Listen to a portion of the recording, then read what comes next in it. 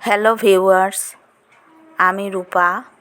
আমার আপনজন কিচেন চ্যানেলে আপনাদেরকে স্বাগত জানিয়ে আমার আজকের রেসিপি সবজির তরকারি শুরু করছি।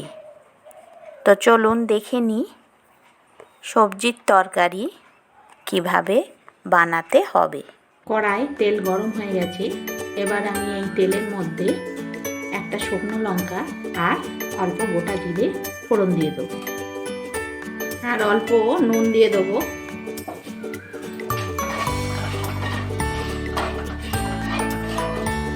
এবার এর ভেতরে আলুগুলো দিয়ে ভেজে নেব। এবার আলুটাকে ভেজে নিতে হবে। আলুগুলো অল্প ভেজে নিয়েছি। এইবার এর মধ্যে দিয়ে দেবো অন্য সবজিগুলো, কপি, শিম, গাজর, কুমড়ো আর কড়াইশুঁটি দিয়ে ভালো করে নেড়ে নিতে হবে। ঢাকা দিয়ে দেবো 2 সেকেন্ডের জন্য। ফিরে এলাম।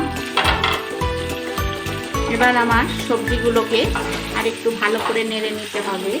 ভাজাও হয়ে গেছে, অনেকটা সেদ্ধও হয়ে গেছে। এবার আমি এর ভেতরে এক এক করে মশলাগুলো দিয়ে দেবো।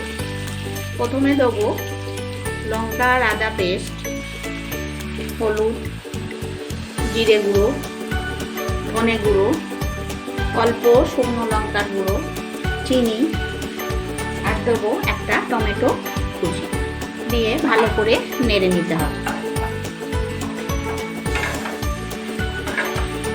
এবার এটাকে আরেকটু নেড়ে ছেড়ে আমি এর ভেতরে দিয়ে দেবো ধনে পাতা কুচি। আবার একটু নেড়ে নেব। নেড়ে নিয়ে এর ভেতরে দিয়ে দেবো অল্প জল। আবার আমি এটাকে 1 মিনিটের জন্য ঢাকা দিয়ে দেবো। ফিরে আসলাম।